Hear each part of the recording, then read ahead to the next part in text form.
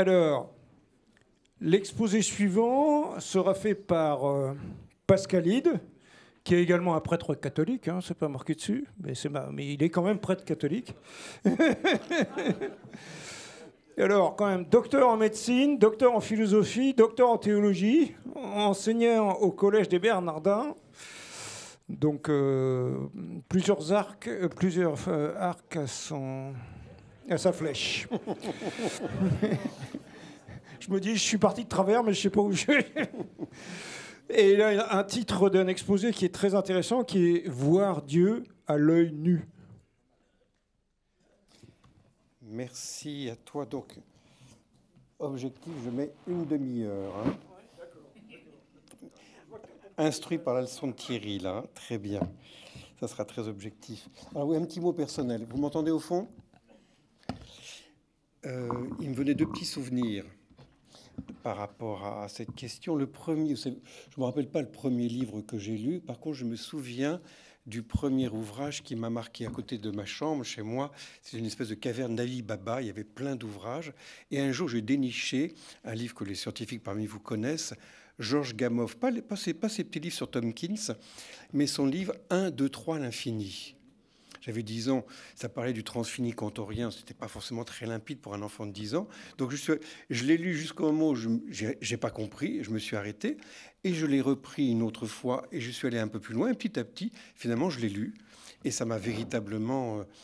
je veux dire, oui, c'est une espèce de conversion à la fois à la mathématique et aussi à la physique fondamentale, qui m'a profondément marqué. C'est un immense pédagogue, mais qui me montrait aussi comme une espèce de sagesse hein, dans ce monde. Donc ça, c'est le premier souvenir.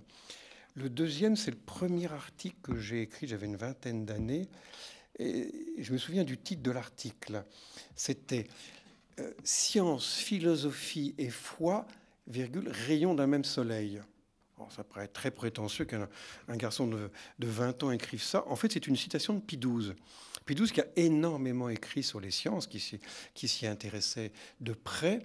Et donc, c'était en fait une espèce de commentaire où j'enchassais les citations de tout ce que Pie XII a écrit pendant les 20 ans de son pontificat. Et donc, voilà, ça vous dit un petit peu l'intérêt que j'ai pu avoir et que je continue à avoir pour ces questions qui me paraissent à la fois centrales et très fondamentales aujourd'hui. Alors j'ai bien conscience du caractère provocateur du titre et je ne pensais pas qu'on puisse rentrer en résonance avec ce que Marc a dit, parce que voir, c'est pas seulement écouter, c'est voir. Hein. Et justement, on va en parler. Alors, le plan est tout simple. Je vais d'abord vous parler de... rappeler quelques petits points de la foi à la théologie, comme je peux... Très bien, oui, de la foi à la théologie. Donc, je vais rappeler quelques petits points, les trois grandes sources qui sont toujours l'écriture, la tradition et le magistère. Donc, quelques petits points par rapport à ça. Un deuxième, je ferai une proposition, 10 propositions, je serai bref, pour une espèce de discours de la méthode. Et si on a le temps, je développerai un peu davantage ce voir Dieu à partir d'un auteur trop peu connu en France, Romano Guardini. Alors, d'abord, quelques petits rappels, tout simples. Hein. L'écriture sainte. Il y a trois grandes références classiques sur l'existence de Dieu démontrable par la raison humaine. Là, j'en cite deux. Les trois d'ailleurs sont en grec, c'est intéressant pour nous. Hein. Le passage le plus célèbre, c'est Sagesse 13, verset 5. Le grand passage, c'est verset 1 à 9. Mais la grandeur et la beauté des créatures font par analogie, c'est quand même étonnant que ce terme technique en philosophie soit présent, hein, analogos, contempler leur auteur. Donc, de fait, l'Écriture affirme très concrètement qu'il y a possibilité pour la raison humaine d'établir l'existence de Dieu. Et puis l'autre référence, extrêmement claire aussi, hein, Romains 1, 19, 21, et notez le verset 20 tellement important, « Les perfections invisibles de Dieu, sa puissance éternelle et sa divinité, se voient comme à l'œil nu. » C'est pas s'entendre, se voient. Hein, avec ce verbe étonnant, hein. Katoratai, hein, depuis la création du monde, de sorte qu'ils sont inexcusables, les païens. Donc très clairement, l'Écriture affirme donc la possibilité pour la raison humaine d'atteindre l'existence de Dieu et utilise ce verbe étonnant voir. Je fais un tout petit développement par rapport à ce qu'a dit Marc pour jeudi, hein, on rentrerait en dialogue. Certes, bien sûr qu'on parle de la vue, on parle de l'ouïe, bien évidemment, hein. Fide ex auditu, la foi qui vient de l'écoute, hein, et ultimement de l'obéissance, mais on parle aussi très concrètement du voir Dieu. Pas seulement comme une espérance, comme tu disais Philippe, hein, je te dis que si tu crois, tu verras la gloire de Dieu, hein, Jean 11, 40, mais il y a quantité d'autres passages. En Jean 20, Pierre qui descend, hein, il voit et il crut. D'ailleurs, la grande encyclique qui est en fait coécrite par Benoît XVI et le pape François, hein, Lumen Fidei, tout le cœur, c'est une encyclique extraordinaire, c'est un des plus grands textes que je connaisse sur la foi, c'est justement pour montrer que la foi, c'est ce croisement entre la vision et l'ouïe. C'est pas l'un sans l'autre. On parlait tout à l'heure de Rousselot. Hein. Rousselot écrit un article remarquable en 1906, Les yeux de la foi. Il y a un voir, il y a une expérience dans la foi. Et donc, dans ce sens-là, on ne peut pas opposer l'un à l'autre. Marc aussi, hein, vous citiez, c'est intéressant, hein, si quelqu'un ressuscite, veut dire on ne croira pas, il faut l'écriture pour croire. Qu'est-ce que c'est intéressant? Certains exégètes disent, ok, Luc 16 parle, on sait bien, le pauvre, il a un nom, c'est Lazare, alors que le riche n'a pas de nom. Et on sait aussi que Jean a écrit après. Et on pense qu'il y a probablement une corrélation entre les deux, à savoir que ce fameux qui va ressusciter des morts et qui fera que même s'il ressuscite, on ne va pas croire en lui, c'est le Lazare de Jean chapitre 11. Et donc, en l'occurrence, le signe aussi est donné. Donc, il n'y a pas d'opposition entre les signes et la parole de Dieu. C'est bien l'un et l'autre, ce n'est pas l'un ou l'autre. Donc, moi j'aime beaucoup ça parce que c'est ce qui, pour moi, caractérise en profondeur la foi catholique. C'est pas ou, c'est et. C'est pas écriture ou tradition, c'est pas non plus vue ou oui, c'est l'un et l'autre. Il s'agit de les conjuguer tous les deux. Alors voilà ce que nous dit donc l'Écriture sainte. Ensuite, oui, un petit mot sur la tradition. Alors, je vais juste dire un petit mot sur Thomas parce qu'on dit toujours quelque chose qui est vraiment imprécis. Vous le savez pas, mais donc dans la somme de théologie de saint Thomas, les séminaristes ont fait des bons petits sommes théologiques sur la somme. Hein. Donc, la fameuse prima pars, question 2, article 3, où on a les quinque viae, les 5 voies. Et on se gosse en disant, si saint Thomas dit voix, ça montre donc bien, c'est vraiment pas des preuves. Pas du tout. Quand on fait l'exégèse précise de tous les textes, à commencer bien sûr par le grand chapitre 13 du livre 1 de la Contra Gentiles qui prépare et précède, saint Thomas ne cesse de dire que, une citation parmi d'autres, hein, il va dire, par exemple, dans la Somme contre les gentils, il dit, ici c'est la première preuve parmi les 4, là, il dit c'est une voie la plus efficace pour prouver l'existence de Dieu, via efficacissima ad probandum deum esse. Probandum. Donc c'est bien prouvé, contrairement à ce que disent certains, y compris un certain nombre de théologiens catholiques qui disent qu'en effet, non, ce n'est pas une preuve. Si, ce n'est pas une preuve déductive, c'est une preuve par le bas, ce qui est tout à fait différent. Mais alors là aussi je précise, parce que c'est ça qui... Et c'est là aussi où Barthes résiste.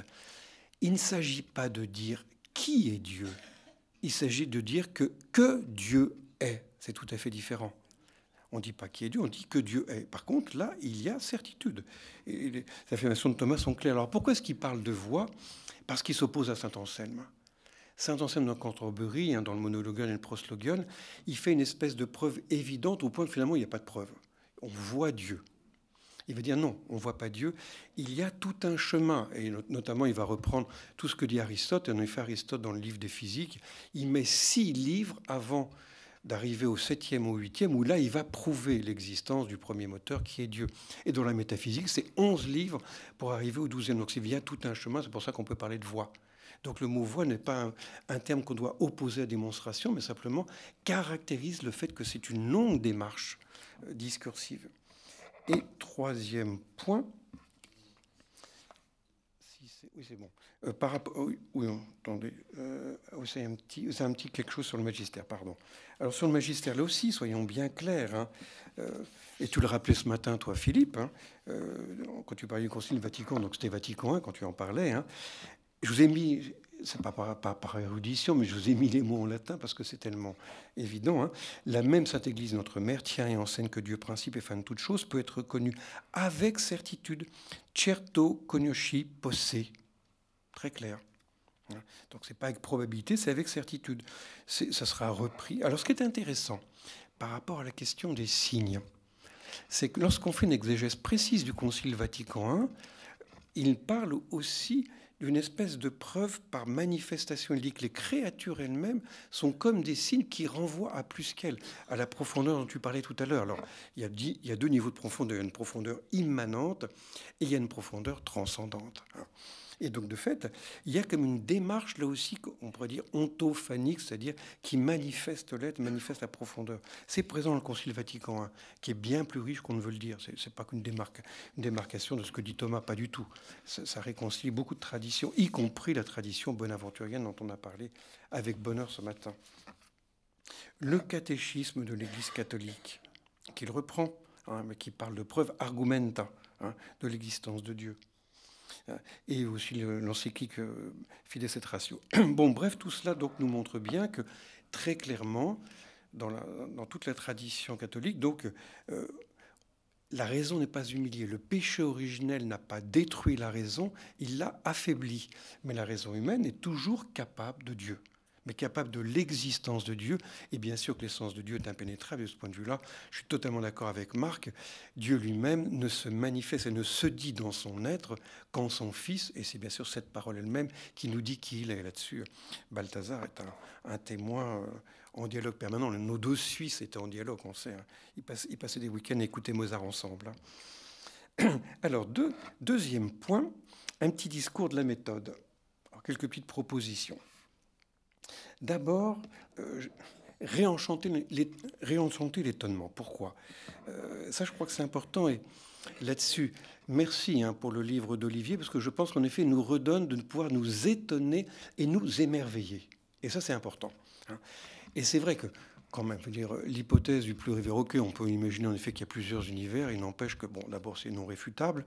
Et on ne sait pas s'étonner assez du réglage fin. Donc il faut quand même pouvoir un petit peu redécouvrir ça. Et sauf une toute petite histoire de l'étonnement, chez les Grecs, l'étonnement était l'acte premier de l'intelligence. Ils avaient même cette belle image, ils disaient que par l'émerveillement, on joint la terre et le ciel. Et intéressant de voir que c'est à partir des modernes que l'on va suspecter l'étonnement. Pas le suspecter parce qu'on déconstruit, comme on le fera 2 siècles plus tard, mais parce qu'on dit, si on met de la passion dans la raison, ça va obscurcir l'intelligence. D'où la formule d'Horace, nihil admirari, ne rien admirer, que va reprendre Spinoza. Et donc on va commencer à saboter. Non, surtout il faut qu'on reste neutre. Mais non, mes amis. Non, mes amis, tout ce qui nous est montré aujourd'hui, j'imagine, ce qui vous tient en éveil, d'ailleurs, je vous remercie de se réveiller d'ailleurs, ce qui nous tient en éveil, c'est parce que justement, il n'y a pas que du vrai, il y a du beau. Il y a du beau qui... Et c'est vrai qu'il y a quand même dans la nature, et dans ce qu'il y a de plus beau dans la nature, à savoir le corps humain, quelque chose qui d'abord suscite en nous le sens de la beauté. Ça, c'est la deuxième... Alors oui, pardon, je parlais un peu des Grecs. Donc la critique chez les modernes, voilà, je vous cite Descartes dans le Traité des Passions ou Spinoza. Alors intéressant quand même, qu'on redécouvre, Wittgenstein redécouvre l'étonnement, puis alors, il y aurait plein de citations, plein d'auteurs à citer. Alors moi ce que je proposerais, deuxième petite proposition pour le discours de la méthode, je pense qu'il faudrait procéder en 3 temps. Ça a aussi été un peu évoqué, mais pour systématiser. On est devant 3 discours restrictifs. Aujourd'hui, on sait bien, à partir de Laudato Si, on a une espèce d'inflation du discours écologique qui à la fois nous culpabilise et nous épuise. Or, je pense que ce discours écologique, ce n'est qu'un 3e temps. Qu'il s'agit d'abord, avant de parler de comment faire du bien à la nature, qui, elle, la première, nous fait du bien, l'enracine dans une connaissance du vrai. Et elle-même, cette connaissance du vrai, on n'y accède que par l'étonnement ou l'émerveillement du beau. Je ne sais pas, un exemple qui me vient. Vous connaissez votre foi, pas votre foi FOI, mais votre foi FOIE. C'est une merveille, le foie. C'est un organe encore plus lourd que le cerveau, qui est situé à un endroit très précis entre tout ce qui vous permet de digérer et le reste de la circulation. Le foie, c'est 300 milliards de cellules, c'est 500 opérations, ça travaille en permanence, avec une activité différente le jour et la nuit. Et de fait, le jour, ça synthétise tout, la nuit, ça purifie. Ce qui veut dire, mes amis, les conséquences sont très concrètes, que lorsque vous avez un bon dîner un petit peu lourd à partir de 19 heures, vous interdisez à votre foie d'effectuer ce pourquoi il est fait, à savoir purifier votre organisme. Qu'est-ce que j'ai fait? Je vous dis, ah, quelle merveille, quel foie. Je vous ai vaguement expliqué, parce qu'on pourrait entrer dans beaucoup plus de détails, tout le travail des cellules hépatiques, et de là, on en déduit des conséquences très concrètes sur le plan de l'écologie personnelle et intégrale. Beau, vrai et bien. Troisième, ce qui me semble être la démarche donc intégrale. Troisième proposition pour un discours de la méthode, ou des méthodes plutôt, il n'y a pas de preuve de l'existence de Dieu sans consentement de la liberté. Ça, c'est tout à fait important. D'ailleurs, ça vaut pour tout. C'est ce que dit Henri de Lubac dans un très grand texte que je vous conseille, qu'il a repris à plusieurs reprises, sur les chemins de Dieu. Il faudrait prendre tout le chapitre Dieu. Jusque dans nos certitudes les plus fermes, chaque fois qu'il s'agit d'un objet qui nous dépasse, l'éminente prérogative de l'esprit, sa liberté, est respectée. Elle est encore dans la plus haute de ses certitudes, la plus ferme et la mieux fondée de toutes, la plus éminente rationnelle, la plus éminemment rationnelle, celle de l'existence de Dieu. Car l'esprit humain, malgré sa distinction provisoire, n'est pas au fond de lui-même divisé contre lui-même. Il n'y a pas de séparation entre l'intelligence et la volonté. Donc, et allons plus loin, parce que parfois on entend dire « Attendez mes amis, mais si on peut prouver l'existence de Dieu, on n'est plus libre. » C'est quoi cette façon d'opposer les facultés, premièrement? Et deuxièmement, mais vous ne pensez pas que votre liberté, si elle veut s'exercer dans une véritable sécurité, a besoin de certitude? Donc la lumière même de l'intelligence favorise la liberté et vice-versa. Donc n'opposons pas l'un à l'autre. Et ce qui montre aussi, bien évidemment, que toute vérité qui engage la vie, l'existence de Dieu c'est le cas, bien évidemment on ne peut pas y adhérer à partir du moment où il n'y a pas de la liberté, une ouverture minimale. Quatrième proposition, il n'y a pas de preuve scientifique de l'existence de Dieu. On est revenu à plusieurs reprises sur ce point, ça me paraît tout à fait essentiel. Donc, la science, par elle-même, ne peut pas démontrer l'existence de Dieu, premièrement parce que ce n'est pas son objet. Il n'y a pas d'accès immédiatement à l'invisible. La science, on a rappelé Ladrière. Ladrière disait que la science est un discours empirico-formel. Donc il parle de l'empirique, et de ce fait-là, la science elle-même ne va pas dépasser ce point de départ. Or, Dieu transcende bien évidemment l'empirico-formel, donc la science ne peut pas démontrer l'existence de Dieu. Deuxièmement, on l'a aussi rappelé de manière tout à fait juste, la science, en tout cas, quant au moment théorique, parce qu'en science, il y a le fait, il y a la loi et la théorie. Quant aux théories, bien évidemment, Philippe l'a rappelé, elle est éminemment provisoire. Et donc, de ce point de vue-là, se fonder en effet sur des théories scientifiques, c'est vouer les conclusions qui sont les nôtres, en effet, à elles-mêmes, à ce caractère provisoire. Donc, en soi, il n'y a pas de preuve scientifique. Et je cite Hervé de Zirn, la progression du savoir scientifique s'est faite dans un sens qui nous montre que les espoirs de connaissance à la fois certaines et totales de l'univers physique que pouvaient nourrir les savants du passé sont vains. Cinquième proposition. Ni monisme, ni dualisme, la nécessaire médiation philosophique. Ah, ça bien sûr, j'y tiens, pas seulement à cause de mon lien d'appartenance, mais là, on l'a rappelé tout à l'heure, souvent, on estime que le sommet même de la tolérance, c'est le principe de NOMA, le fameux non-overlapping major, la fameuse formule du fameux chercheur de Harvard qui était athée, Stephen Jay Gould, et qui en effet permet au moins qu'on ne se dispute pas. Non, je crois qu'il faut être plus audacieux, comme disait le pape Jean-Paul II dans Fides et Ratio, il y a une paressia, une audace de la raison qui peut faire croire que le savoir est un, la vérité est une, et l'intelligence humaine qui aspire à cette unité. Donc on ne peut pas seulement se contenter de ce dualisme qui juxtapose les discours. Et dans ce sens-là, donc, je vous cite même une parole étonnante de Gilles Cohen-Tanouji, quand il dit que c'est désormais sur un terrain éminemment philosophique qu'évolue la recherche scientifique de points. Il y a Prigogine, prix Nobel de chimie en 1977, qui a donc inventé les structures dissipatives. Il disait, mais c'est sa méditation de Bergson sur la durée, alors que malheureusement, et la mécanique classique, et même aussi la théorie de la relativité restreinte ou générale, elle-même avait mis entre parenthèses la durée, Et c'est en méditant sur la notion même de durée qu'il a pu advenir à ces concepts scientifiques éminemment opératoires. Et je cite aussi, alors oui, le beau passage de Jean-Paul II, hein, qui montre bien qu'il y a bien un croisement des savoirs. Hein. La science peut purifier la religion de l'erreur et de la superstition. La religion peut purifier la science de l'idolâtrie, des faux absolus. Rappelez-vous Benoît XVI. Il y a des pathologies de la religion comme il y a des pathologies de la science. Et de l'importance, là aussi, de la médiation philosophique. Confère le beau livre de Dominique Lambert, hein, Science et théologie. Et donc, 6e proposition, entrer dans une vision sapientielle. J'étais dérangé tout à l'heure, hein, même si j'ai bien aimé, je connais peu Torrance, ou j'ai quasiment pas lu, hein, de dire qu'en effet, ce qu'il propose en disant l'univers existe, l'univers est ordonné, il voit dans ses propositions des croyances. Non, ce ne sont pas des croyances. C'est-à-dire, une véritable sagesse philosophique de type métaphysique peut l'établir. Ce n'est pas seulement lors d'une espèce d'acte de foi qu'à la limite postulerait. Et donc, il me semble que ce qui manque là, c'est justement ce savoir intermédiaire entre la science d'un côté et la théologie. Entre les deux, il y a une véritable médiation philosophique. Alors, qu'est-ce qu'apporte cette médiation philosophique? On va commencer à citer Romano Guardini. Alors, Romano Guardini, hein, c'est un théologien allemand au nom italien, grand ami de Benoît XVI, il connaissait aussi Jean-Paul, le grand ami aussi de Rantzau von Balthasar. On a créé une chaire exprès pour lui, c'est une immense figure, trop peu encore connue en France. Il dit, cette citation est admirable. Hein.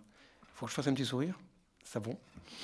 Les sciences particulières prenant l'ensemble comme le but final, résultat de la combinaison synthétique des détails particuliers et leur progrès dans ce domaine étant sans fin, ce but ne pourra jamais être atteint. Donc il montre bien que les sciences toutes seules, elles n'ont pas l'audace du tout. Par contre, la vision du monde, au contraire, perçoit le tout dès sa première prise.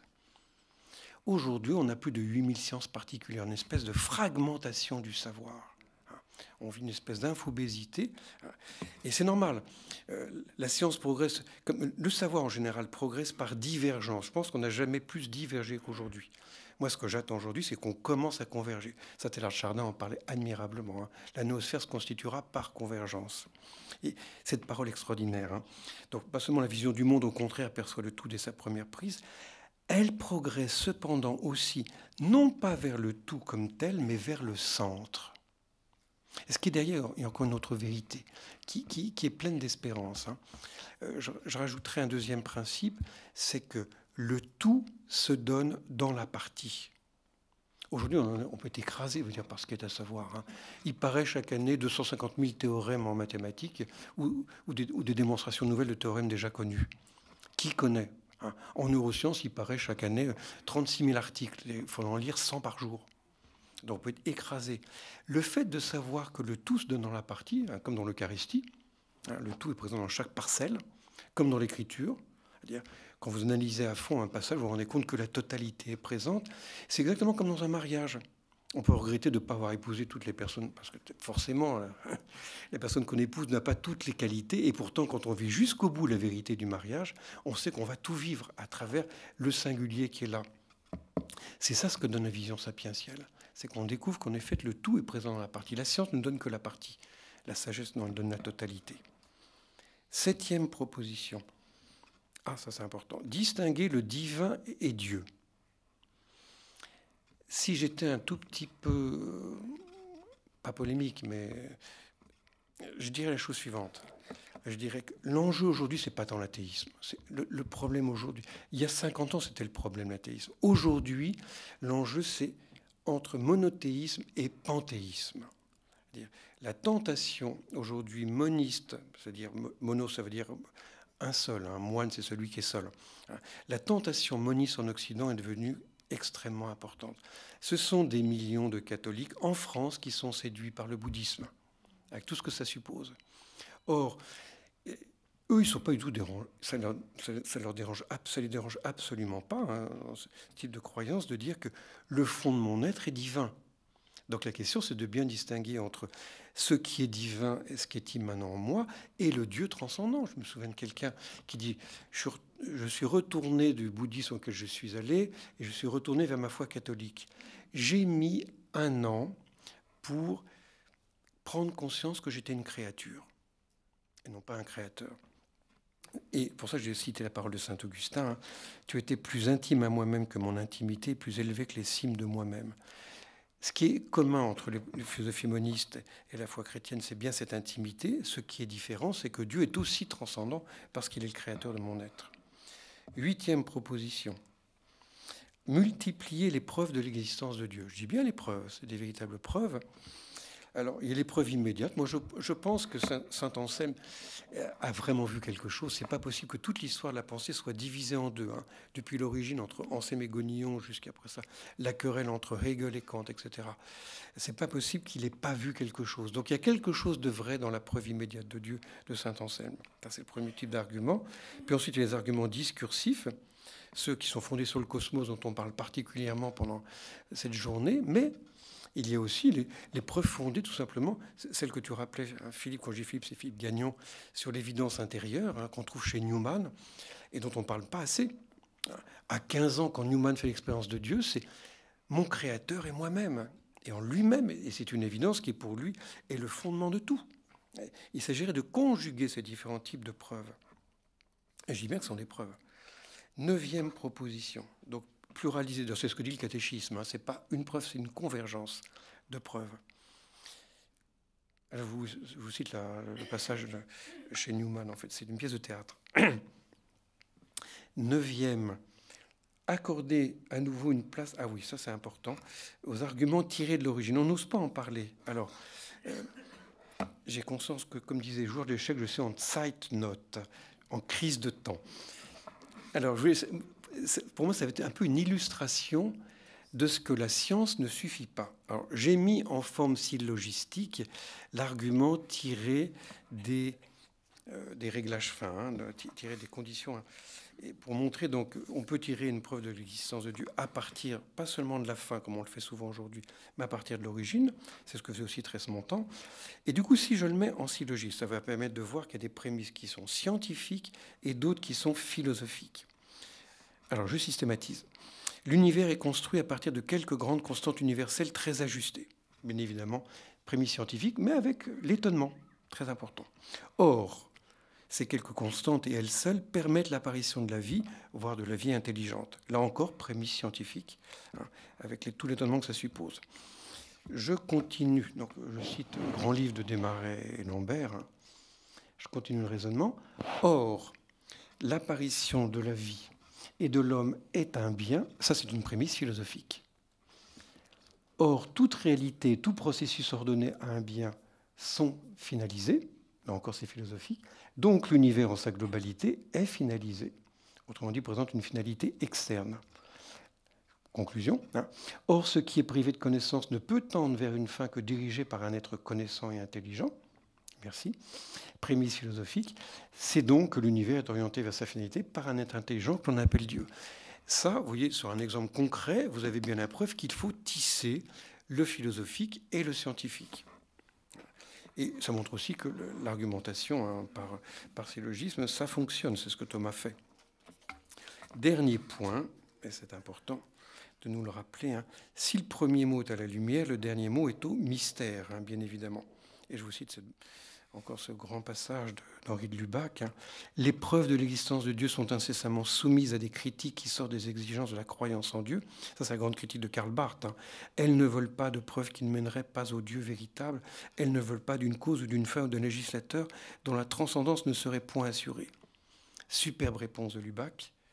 Au vrai, bien plutôt qu'une critique, elles sont un approfondissement des preuves. Bien évidemment, on n'aboutit pas à l'être même de Dieu. Il n'empêche qu'il n'y a pas d'opposition entre les deux. La raison elle-même ouvre à plus grand qu'elle et en effet, ultimement, à la révélation de Dieu. Alors, dernier petit point, en 5 minutes c'est impossible, et juste vous l'évoquer, le voir Dieu de mes yeux. Et pour ça, on va passer d'une vision aristotélicienne, celle qu'on a eue jusqu'à maintenant, à une vision platonicienne. Donc très célèbre, bien sûr, fresque dans la chambre des signatures à la Cité du Vatican. Donc c'est l'école d'Athènes. Et vous voyez, donc, sur votre côté gauche, vous voyez donc Platon, qui est maître d'Aristote. Et le geste de Platon, c'est quoi? Il montre le ciel. C'est un mystique, Platon. Et vous voyez le disciple qui prendra ses distances, Aristote, qui lui caresse la terre. Là, vous avez ces deux visions du monde, verticale et horizontale, qui sont complémentaires. C'est clair, quand je parle avec mon ami Philippe Gagnon, c'est clair, lui, il est davantage bonaventurien, moi je suis davantage aristotélicien, on est bien complémentaires, et ça fait toute la richesse du dialogue. Donc il y a bien besoin des deux. Et pour vous montrer que moi je m'intéresse aussi aux platoniciens, Guardini en est un. Alors, c'est quoi l'intuition de Guardini, que je vous résume en quelques mots, et je vous conseille de lire ce très beau texte. Il n'est pas long, vous voyez, il fait une 40aine de pages, et il prend Saint Paul au mot. Saint Paul nous dit, les païens voient Dieu, mais voient Dieu avec leurs yeux. Il dit, oui, c'est vrai, on peut voir Dieu avec ses yeux. Comment est-ce qu'il peut dire ça? Alors, si je vous résume très rapidement son argumentation, qui est admirable, c'est de sagesse. Premièrement, vraiment, je vous la fais courte. Premièrement, il dit, parce que arrêtons de croire que la vue, elle divise. La vue, elle a accès au tout. Dès le premier instant, dit-il, je vois des formes. Je ne vois pas des éléments, je vois des formes. Je vois tout. Donc, ultimement, la vue, je parle bien de la vue humaine qui est branchée, comme on l'a dit tout à l'heure, à la fois sur une âme, ultimement sur un esprit qui est fait pour Dieu. Ah, là, tu n'as même pas besoin de me couper la parole, tu vois. C'est lui qui me la coupe. Dommage que j'écoute, il faut seulement que je vois, comme ça, je n'aurais pas entendu. Et donc, il nous dit, en effet, les yeux, en effet, dans l'intelligence humaine, en effet, sont faits déjà pour le spirituel parce qu'ils voient la totalité. Ça, c'est le premier point de son argumentation. Et deuxième, alors, vous voyez, je vais vraiment vite. Et deuxièmement, pourquoi est-ce qu'il voit Dieu? Et en fait, après, je saute les pages. Finalement, s'il systématise son propos, il dit premièrement, parce que quand je vois un être, je vois bien qu'il est corrélé aux autres. Donc, il ne va pas séparer. Les êtres sont, en effet, tout est connexé, comme dit le pape François.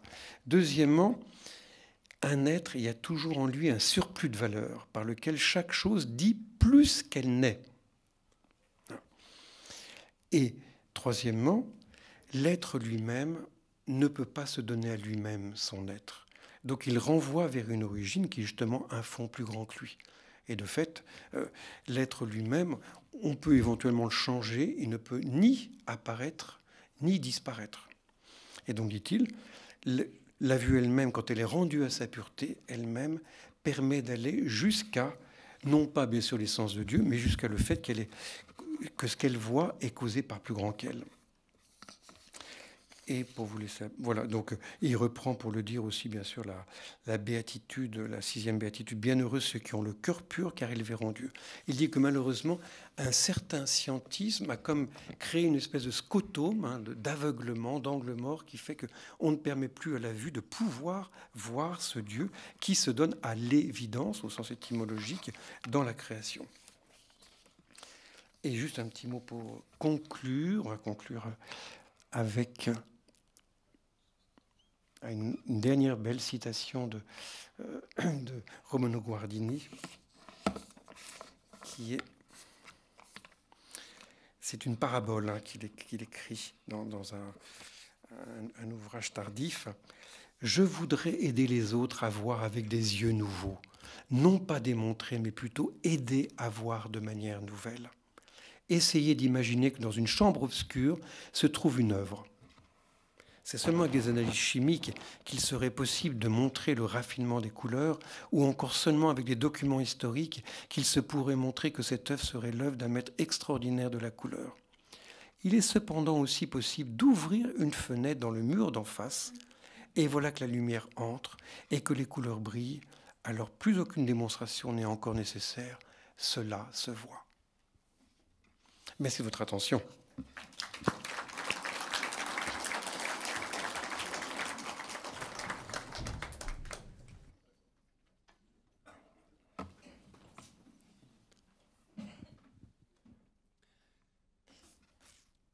Bien, bien, bien. Des questions? Ouais.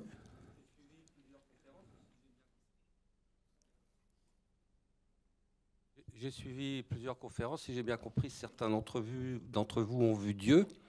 Donc c'est une bonne nouvelle. Mais est-ce que vous pourriez nous dire à quoi il ressemble? Ça pourrait peut-être aider un certain nombre de gens à se faire une idée précise. Si vous avez en effet bien entendu, hein, ce qui est intéressant dans ce chemin, c'est qu'on voit l'existence, on ne voit pas la nature, et donc a fortiori, comment est-ce qu'il apparaît? On voit l'existence. L'image toute simple, c'est de dire, si vous voyez de la fumée qui s'élève, vous savez bien qu'il y a un feu, ça ne veut pas dire que pour autant vous savez ce qu'est ce feu. Quand vous voyez le soleil, en effet, quand le soleil va apparaître, vous savez bien qu'il y a une source derrière, vous savez qu'elle existe, et vous ne savez pas ce qu'elle est. Alors là, ça fait toute la valeur de ce que c'est que la vision béatifique. Par l'amour, je suis immédiatement uni à celui que j'aime. Par la foi, je ne le suis que médiatement, d'où l'attente de la vision.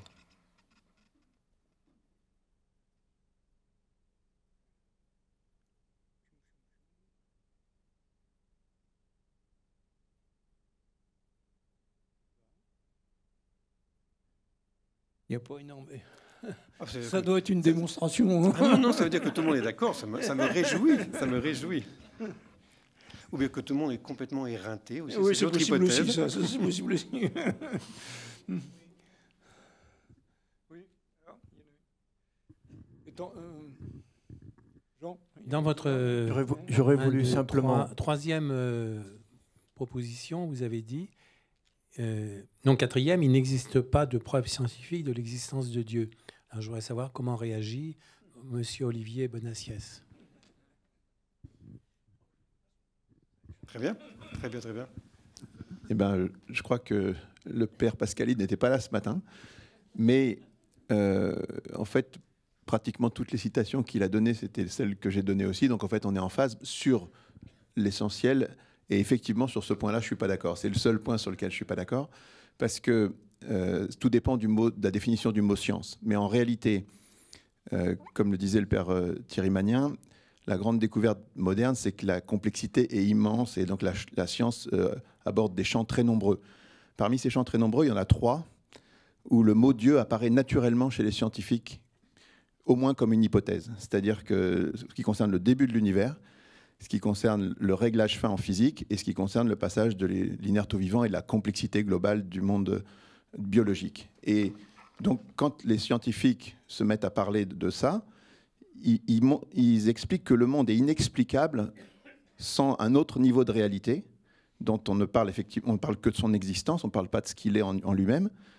Et donc, c'est une démarche qui est faite par des scientifiques qui ne changent pas de blues, comme dirait Brunor. Voilà. Après, c'est une question de définition sur ces choses-là, mais ce qu'on peut dire, c'est que c'est pas parce qu'on est... L'analogie que je donnais ce matin, c'est quand vous êtes un sourd de naissance et que vous n'avez absolument pas accès à ce qu'est un son en lui-même, vous entendez par le langage des sourds les gens vous dire qu'il y a des sons qui existent, et vous regardez le monde empirique autour de vous et vous vous dites, ben oui, le monde est inexplicable sans l'existence de sons. L'analyse empirique du monde conduit à dire, voilà, c'est nécessaire que ces choses-là existent. Eh bien, quand on parle de réglage fin, je ne suis pas d'accord juste avec le détour forcément philosophique, mais c'est vraiment une question de définition. Alors, par rapport à ça, en effet, on le sait bien, hein, que c'est un point de divergence, hein, pour moi très clairement, c'est que je parle bien de preuve, en effet, au sens rigoureux du terme, pour ça que j'ai pris le syllogisme qui, pour tout l'Occident, est vraiment la forme par excellence de type de raisonnement. Si on veut, en effet, faire un raisonnement qui conclut Dieu existe, il faut bien que dans une des prémices, le mot Dieu apparaisse.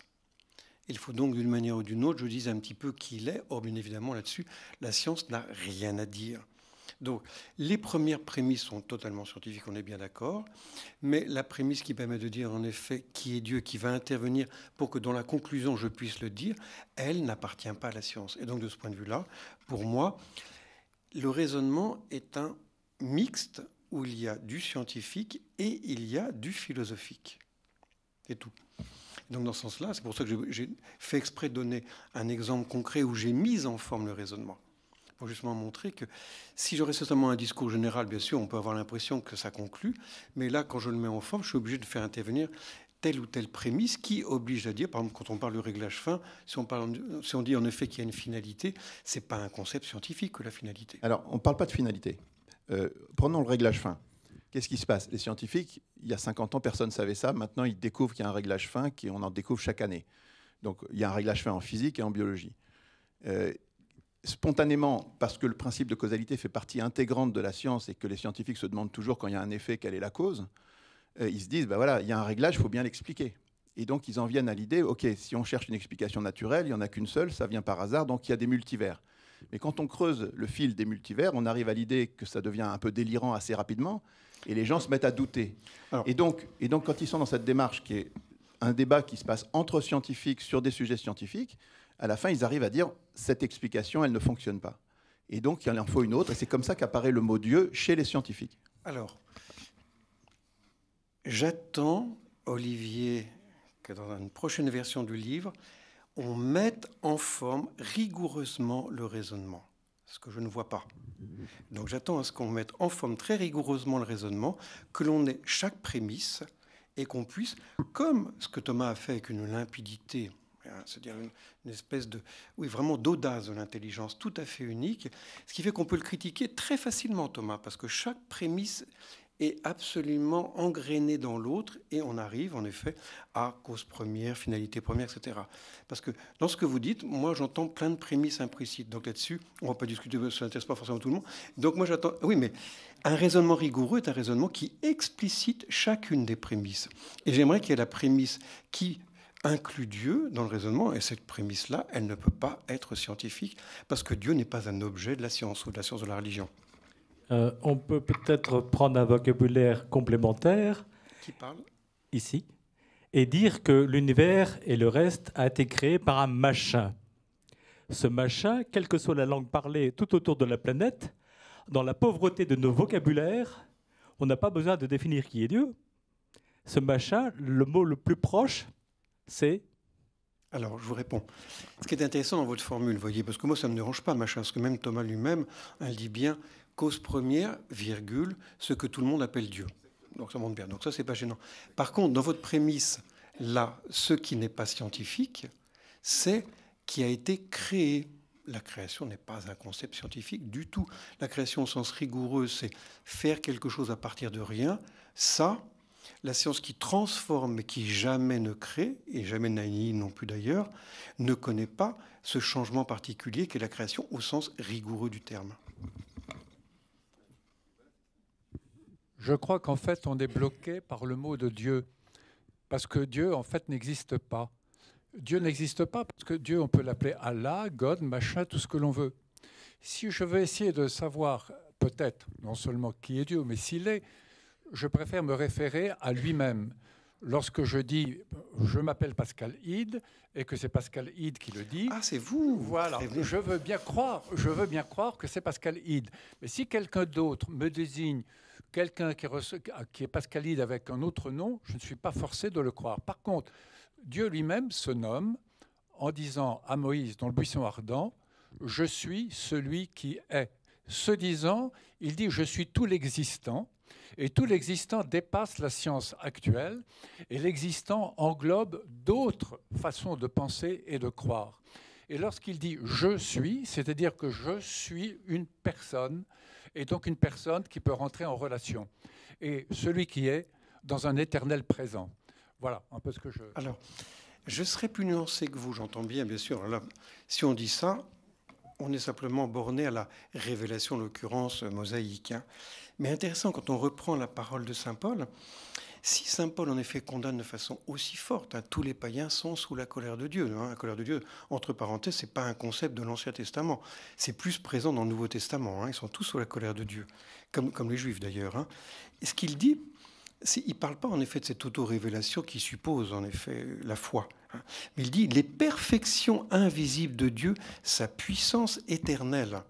Donc il suffit seulement d'avoir une propriété, comme la puissance éternelle, pour pouvoir de là induire ou plutôt c'est un type de raisonnement particulier qu'on appelle le raisonnement Couilla, hein, faire un raisonnement qui permet d'accéder à l'existence même de Dieu. Donc il n'y a pas besoin en effet d'avoir accès directement, parce que ce serait en l'occurrence son nom, voire son essence, mais seulement une propriété qui justement, comme elle est propriété, est propre à Dieu. Et ça permet d'accéder à son être. Derrière. Est-ce qu'on pourrait repréciser la notion de preuve, et peut-être qu'Olivier Bonassi pourra me dire s'il est d'accord avec ça. Une scène de crime, par exemple, il s'est passé quelque chose, il n'y a pas eu de caméra, avec tous les indices que l'on prélève sur le terrain, l'ADN, tout un tas de choses, tout converge vers une personne. On ne peut pas expérimenter de nouveau le crime, de la même manière qu'on ne peut pas expérimenter Dieu, mais par les éléments qui conduisent à telle personne et pas telle autre, on peut savoir que c'est telle personne qui a commis le crime. De la même manière qu'on ne peut pas mettre Dieu dans un tube à essai, mais par les lois de la nature, on peut retrouver le Créateur. Ça serait une preuve strictement négative. Mais est-ce que c'est une preuve? Non, je pense pas. Donc les juges se au ramène de la science. Je répète bien, ça c'est important, vous voyez. Je me positionne bien entre deux positions. Je suis absolument et 100% d'accord. Veut dire que le fidéisme veut dire n'est pas catho-compatible. Ça, c'est extrêmement clair. Ça, je le dis, je répète. Et pour ça, en dialoguant de manière amicale avec Georges, je peux me dire que par rapport à ça, je trouve que la position d'un Barthes est pour moi trop minimaliste, hein, avec derrière un pessimisme. C'est pas le cas de Torrance. Hein. Non, il n'est pas fidéiste, mais de fait, il y a quand même pour lui un affaissement de la raison naturelle et une difficulté quand même à établir l'existence de Dieu à partir de ses seules capacités. Hein, clairement. Et c'est clair que là-dessus, il y a deux conceptions de la raison qui sont différentes. Hein. C'est vrai que pour nous, il y a vraiment catholique, il y a vraiment une capacité qu'a la raison à prouver l'existence de Dieu. Donc je m'oppose radicalement à ça, je l'affirme très clairement. Et je l'affirme en plus, parce que connaissant quand même un certain nombre de théologiens catholiques aujourd'hui, je vois quand même qu'il y a une vision minimaliste, estimant en effet qu'on peut dire arriver à des arguments seulement probables pour dire l'existence de Dieu, voire pas d'arguments pour les fausses raisons que je donnais tout à l'heure, respecter la liberté ou respecter le mystère de Dieu. Pas du tout. Hein. La raison ne profane pas du tout le mystère de Dieu. Et de l'autre côté, par contre, en effet, c'est vrai que je me positionne par rapport aux deux, une preuve strictement scientifique, je dis non. Par contre, on va peut-être rajouter ce point-là parce que c'est important aussi. C'est clair que c'est beaucoup plus facile aujourd'hui pour un chercheur de pouvoir rendre sa foi et sa raison compatible grâce justement à cette capacité à pouvoir s'étonner, pas seulement du réglage fin, mais aussi, et là je suis assez d'accord avec ça, mais il faudrait le mettre en forme, de dire que c'est vrai qu'aujourd'hui, il y a quand même comme quelque chose qui, je dis bien, il y a comme quelque chose qui pointe vers une origine. Ça, c'est vrai. Mais je voudrais qu'on mette en forme le raisonnement d'un point de vue philosophique. Ce qu'on ne fait pas. Donc, c'est un défi pour les philosophes. Bien intéressant. J'ai une question, s'il vous plaît, sur, à la fois aux théologiens que vous êtes. Alors, pas uniquement... Vous m'entendez ? Alors, non, je vous entends, mais je ne vous vois pas. Oui, c'est un peu la foi, vous voyez. Voilà, je suis là, vous me voyez. Ah d'accord, c'est l'audition sans la vue. Si seulement je vous vois. Oui, une question, alors pas uniquement à vous, mon père, mais également par exemple, à Olivier Bonassiès, à tous ceux qui sont scientifiques dans la salle, sur Lavoisier. Rien ne se perd, rien ne se crée, tout se transforme. D'un point de vue, quand on regarde l'histoire des sciences et qu'on regarde même l'évolution de l'homme, il y a eu des sauts qualitatifs, il y a eu de l'information nouvellement créée. Finalement, c'est faux. Est-ce que ces faits sont faux? Non, bien sûr qu'ils ne sont pas faux. Mais c'est intéressant, le fameux... Quand vous voyez ça, vous voyez, on est au cœur. Hein. Là, on touche l'être. Et de fait, quelle est la science? Il n'y a pas de science au sens physique, biologique, chimique, etc. de l'être. La science de l'être, c'est la métaphysique qui est tout le monde la reine des sciences en philosophie. Et donc, en effet, pour pouvoir partir du fait que l'être humain ne peut pas créer, que la nature elle-même ne peut pas faire surgir du néant de l'être pour partir de là et remonter vers celui qu'on appelle l'ipsum esse subsistens, c'est-à-dire Dieu lui-même, là, il faut faire appel à une prémisse philosophique. C'est admirable, ça c'est la grande trouvaille de Thomas d'Aquin d'avoir dit en effet, Dieu est l'être même subsistant. Dans le monde, je ne vois pas d'être. Je vois que, je ne sais pas moi, j'ai l'être stylo, j'ai l'être téléphone portable, etc. Mais je ne vois jamais l'être comme tel. Et ça, c'est la réflexion philosophique qui le montre. Vous voyez bien, il ne s'agit surtout pas, hein, la raison humaine peut vraiment y accéder, mais réjouissons-nous, mes amis. Nous avons la capacité, là, nous avons un lieu où enfin on peut faire dialoguer les disciplines. Arrêtons de cloisonner. C'est une chance.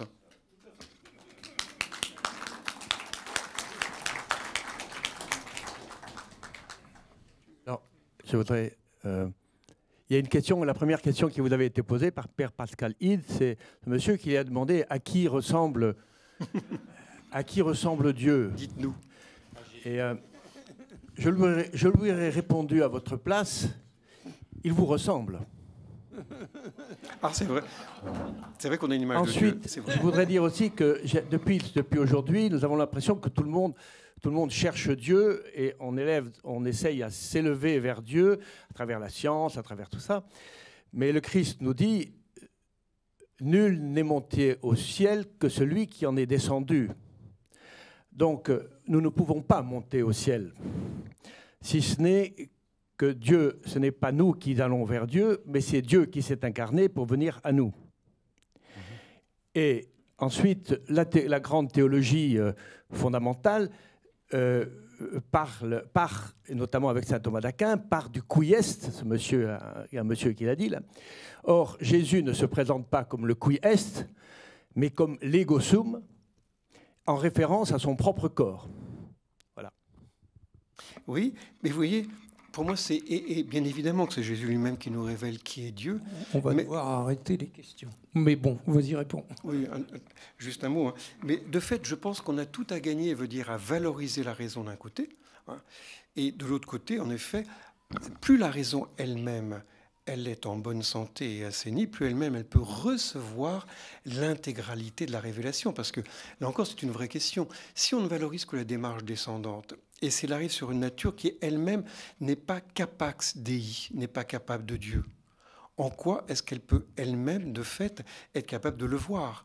Donc on a tout intérêt, on a tout à gagner à la fois à dire Dieu se communique, révélation, et dire qu'il a créé une nature, même si elle est blessée, qui peut le recevoir autant qu'il veut se donner.